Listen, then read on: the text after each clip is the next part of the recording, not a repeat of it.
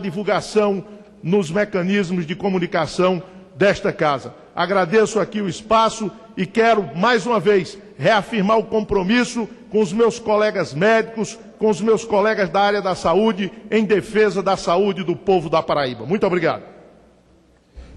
Dando início ao grande expediente, concedo a palavra ao nobre deputado Fábio Trade, PMDB, Mato Grosso do Sul. Vossa Excelência dispõe de até 25 minutos. Senhor presidente, senhoras e senhores deputados, antes de iniciar o meu pronunciamento, faço questão de registrar, senhor presidente, a presença na galeria deste plenário de ilustres sul-matogrossenses. O advogado Antônio César Lacerda Alves e os médicos José Carlos Rosa Pires e Marcos Estevão Moura. Senhor presidente, a estreia no grande expediente é sempre um marco, sobretudo para quem inicia um mandato como estreante na vida parlamentar. E neste momento, saúdo também a presença do nobre promotor de justiça Sérgio Arfuche, que vem contribuindo grandemente para o enriquecimento do debate sobre a política nacional de combate às drogas. Nesta quinta-feira, dia 1º de setembro de 2011, ocupo a tribuna da Câmara dos Deputados elegendo como tema a crise da política representativa. Inicio com números e pesquisa para ilustrar o contexto da reflexão que farei. Em 2004, uma pesquisa publicada pelo jornal Folha de São Paulo revelava sinais preocupantes não apenas para a classe política, mas para todos aqueles que comungam a fé na democracia representativa. 58,1% dos entrevistados na América Latina concordam que o presidente da República possa ir além das leis. 56,3% creem que o desenvolvimento econômico seja mais importante que a democracia. 54,7% apoiariam um governo autoritário se resolvesse os problemas econômicos.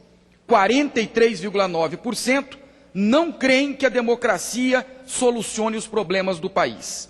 40% creem que possa haver democracia sem partidos. 38,25% creem que possa haver democracia sem Congresso Nacional. 37,2% concordam que o presidente põe a ordem pela força. 37,2% concordam que o presidente controle os meios de comunicação. 36% concordam que o presidente deixe de lado partidos e Congresso. 25,1% não creem que a democracia seja indispensável para o desenvolvimento.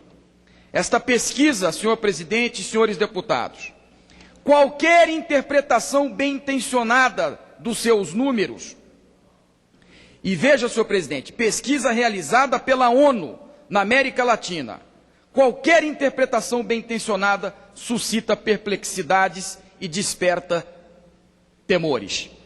É que a lógica subjacente, a mais trivial das conclusões extraídas da pesquisa, expõe o risco do pernicioso fenômeno da deslegitimação da própria democracia representativa, insinuando perspectivas nada alentadoras para as liberdades públicas e as franquias democráticas.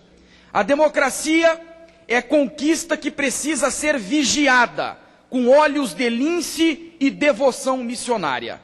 Ditadura eficiente e democracia ineficaz não é dilema que se possa levar a sério por quem professa a convicção nos ideais republicanos.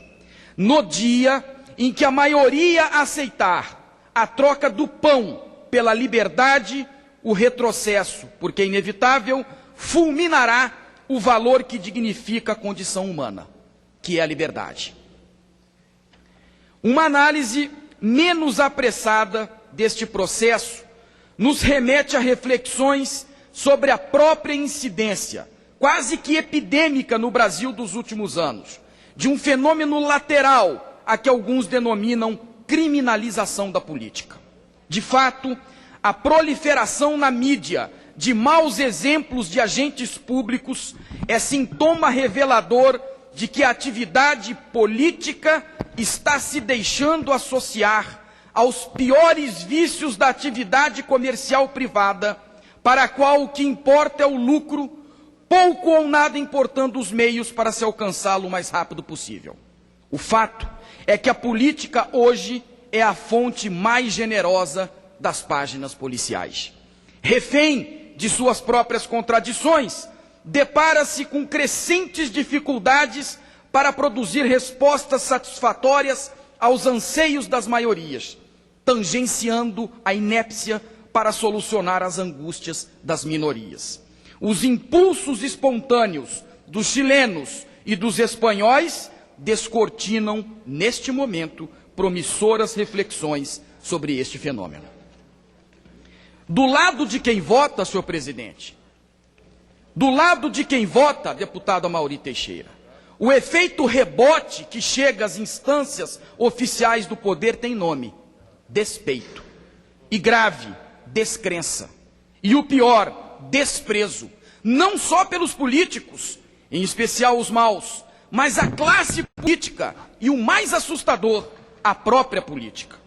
Neste cenário, não há como negar que está em curso um fenômeno revelador de grave patologia social, pois ao tempo em que a política se distancia de sua magnescência para constituir-se em desejo dos pragmáticos e espertos, mais servirá ao utilitarismo rasteiro daqueles que a exercem pensando em si em detrimento da coletividade. Por isso pergunto: a quem interessa difundir a ojeriza à política? Quais forças da sociedade obteriam vantagem com o crescente distanciamento do povo em relação à democracia representativa? Frei Beto, um dos maiores pensadores do país, responde, senhor presidente. Aspas: numa verdadeira democracia, a universalização do voto deveria coincidir com a socialização das riquezas, no sentido de assegurar a todos uma renda mínima e 3 direitos elementares: alimentação, saúde e educação. Como isso não consta na pauta do sistema, procura-se inverter o processo. Inocula-se na população o horror à política, de modo a relegá-la ao domínio privado de uns poucos. Quem tem nojo da política é governado por quem não tem, senhor presidente. E os maus políticos tudo fazem para usar o poder público em benefício de seus interesses privados. Neste ritmo, senhoras e senhores deputados, impõe-se uma pausa para recortar do contexto um paradoxo. Se o sistema representativo de delegação popular do poder é um diálogo entre cidadão e candidato que se consuma com o voto, por quê? Por que só se vê aumentar o número de hóspedes do Código Penal nas instâncias formais da política?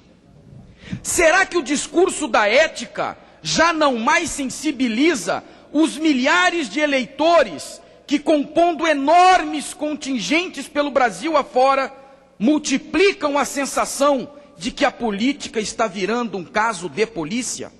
Vossa Excelência me concede uma parte? Pois não, deputado.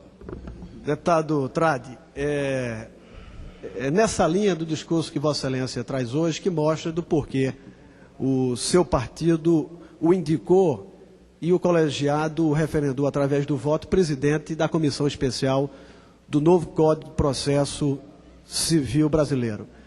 Com a chegada de Vossa Excelência para o exercício do seu primeiro mandato, mas com a história, sobretudo, de uma família que tem, eu diria, tradição é ser muito conservador.